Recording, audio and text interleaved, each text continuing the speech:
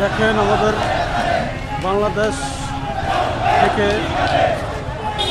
প্রতিবাদী সংগ্রাম নেমেছে ফিলিস্তিনের পক্ষে। আপনারা সবসময় সবাই দোয়া করেন যেন আমাদের ফিলিস্তিন আল্লাহ তাআলা রক্ষা করেন। হাজারো মুসলিম ভাইরা এই সংগ্রামে যুক্ত হয়েছেন। আজকে মিরপুর এলাকাতে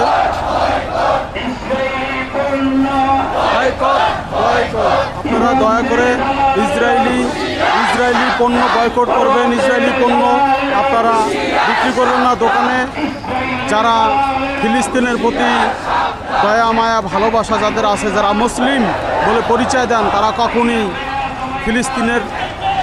কখনোই তারা ইসরায়েলের প্রোডাক্ট আপনারা কখনোই বিক্রি করবেন না।